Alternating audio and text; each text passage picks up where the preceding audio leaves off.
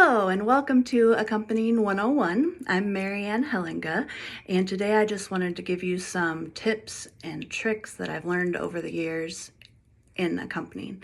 I started accompanying in high school. I had an amazing director. Her name is Dina Else, and she taught me most of what I know, and then I've continued to learn from every director that I've worked with. And so today we're going to talk about mindset, practice. I'm going to give you some demonstrations, and then we're going to talk about one of the most important parts of accompanying, which is being able to read minds, which sounds difficult, but you can do it.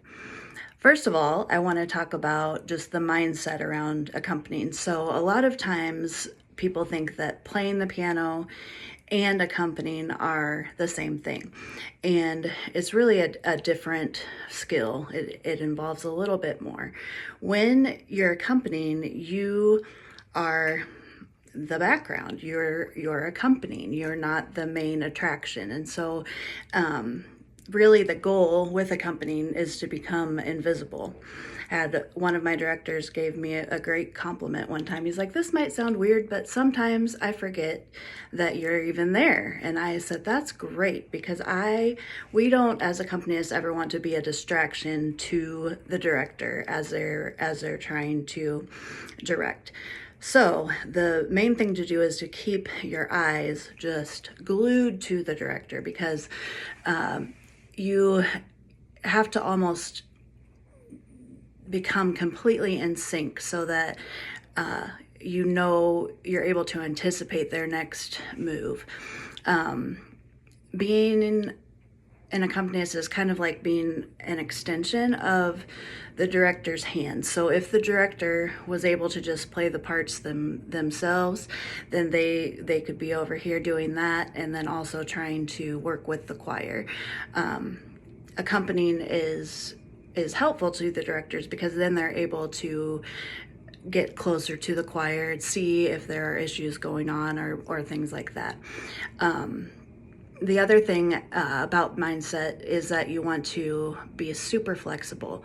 Don't be a diva, just don't be offended if they say, "Oh, can you not play right now?" because they just might want to be able to hear something that the choir is doing. And don't be offended if they ask you to do something different or things like that. Next, I want to talk about practice. Practice, practice, practice. So if you get the music before the first practice, you want to practice until you can play both the parts and the accompaniment with minimal mistakes. I currently use an iPad. Before I got my iPad, I would use a folder to organize my music, and I actually like to make copies of the music, put it in those sheet protectors, and then you can turn pages quickly. The iPad makes it very easy to turn pages quickly, and I love to have everything organized there, so that's what I do now.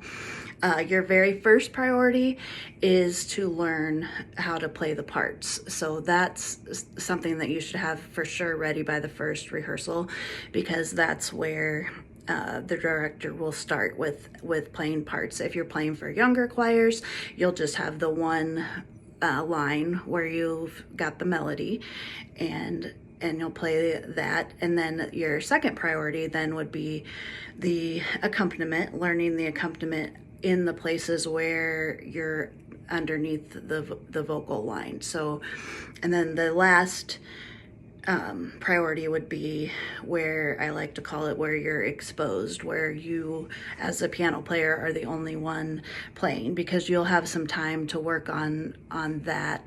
You'll go over the parts and the accompaniment a lot during rehearsal, and so your last thing that you need to work on is just those times where you're exposed. One of the things I like to do is during rehearsal, write down some of the spots that you messed up on. Make sure too that you keep going. If you do mess up, usually I'll do something like make a funny face if I make up, but just keep going. Just make sure that you're staying with that steady beat, and but write down after you get to a stopping point, write down that spot that you messed up on and practice that over and over at home. And I think a lot of people think that practice is just playing it once and then okay, I practiced today, but really just isolate those difficult parts and play them over and over and over. I mean, just get it down until you can't get it wrong. Practice sight reading often. Pull up a song that you want to learn to play. Just practice your sight reading so much, because a lot of times you will not get the music beforehand, and it's just very helpful to be able to sight read, especially just the parts to start with, and then you'll have time once you get home to work on the accompaniment. But make sure that you're just practicing being able to at least be able to play the melody and play the parts when you get it.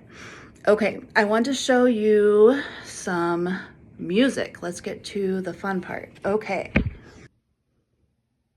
Hey, I'm back. First thing I need to do after this is figure out if I need a certain app or whatever to be able to flip during recording. But anyway, all is well. Here we are. The playing the parts. So that on this tune called A Merry Round, this is kind of a simple song for just 2-part voices. So you want to first practice doing the parts, which would be right up here, and you'll practice that first. Here's where you've got part 1 on the top, and then part 2 down here on the bottom. And so you'll want to practice going through and playing both parts, each separately, and then playing them together to make sure that you can play those at the same time. So this is a piece that has just the 2 parts. And here's one of those, like I was talking about earlier, one of those exposed parts where nobody is singing and it's just the piano. And there's a key change that happens right here. You'll want to make sure too that you're really paying attention to key changes. And when you're practicing, of course, take a look at what key you're in, get yourself ready for that. When you have a situation like this where the singers are going to come in on this note, they're going to come in on an E, and it might be that they can't quite hear what note they're supposed to come in on. So back up here in the accompaniment, when you have that E, you really want to bring that out so that and you could even just kind of hit that as you play the rest so that they can come in on the right pitch. So that's called leading out, I believe, to just lead out with one of those notes that's going to help the singers. If we go to another piece,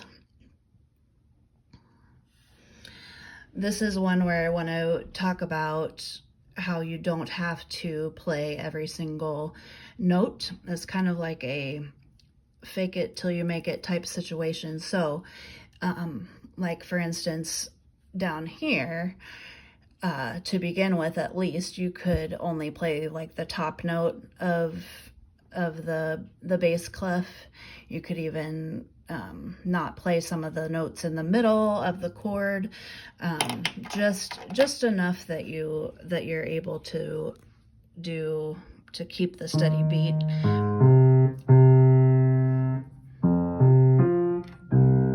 Just make sure that you're getting enough so that there's a steady beat happening. If you're struggling with a certain part, just make sure that you keep going, and that you're either dropping out if you're struggling, or just go back, or just keep a steady beat going. The other thing that I wanted to talk about are pieces that have more than 2 parts. So a lot of times you'll have either 3 parts or 4 parts. This one splits into 4 parts. And so when the director says, okay, we're going to start at measure 22, and then you would play, starting from the bottom, you would play the pitches.